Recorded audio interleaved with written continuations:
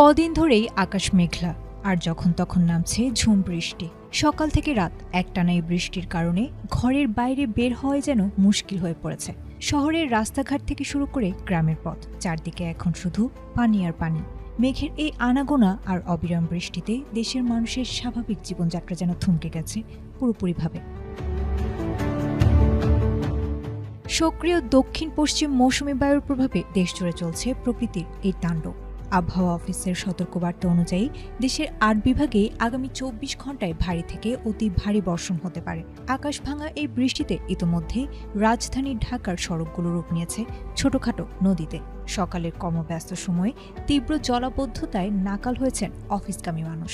School college বন্ধ থাকায় থমকে গেছে শিক্ষার্থীদের কোলাহল।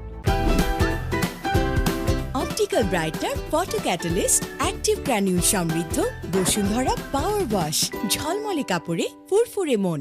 তবে সবচেয়ে বিপাকে পড়েছেন দিনমজুর ও নিম্ন আয়ের মানুষেরা। পেটের দায়ে বাইরে বের হওয়ার কোনো উপায় নেই তাদের। এদিকে দেশের ১২টি জেলায় বন্যা পরিস্থিতি আরও নাজুক হয়ে পড়েছে।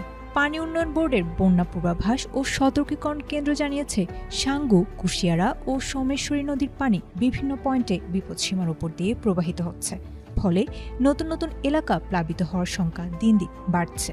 বিশেষ করে ফেনী, চট্টগ্রাম, সিলেট, সুনামগঞ্জ এবং কুড়িগ্রাম সহ সংলগ্ন নিম্নাঞ্চলগুলোতে স্বল্পমেয়াদী বন্যার আশঙ্কা করা হচ্ছে। গত ২৪ ঘণ্টায় দেশের সর্বোচ্চ ১৩২ মিলিমিটার বৃষ্টির রেকর্ড করা হয়েছে পটুয়াখালীতে, আর রাজধানীতে এর পরিমাণ ছিল ৯৭ মিলিমিটার। তবে কিছুটা স্বস্তির খবরও রয়েছে।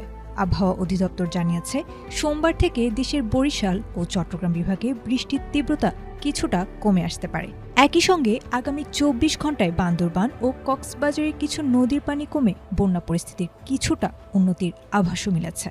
আপাত দৃষ্টিতে এই জলজট আর বন্যা থেকে পুরোপুরিভাবে মুক্তি পেতে দেশবাসীকে আরও কিছুটা সময় প্রকৃতির মর্জির ওপরই নির্ভর করতে হচ্ছে।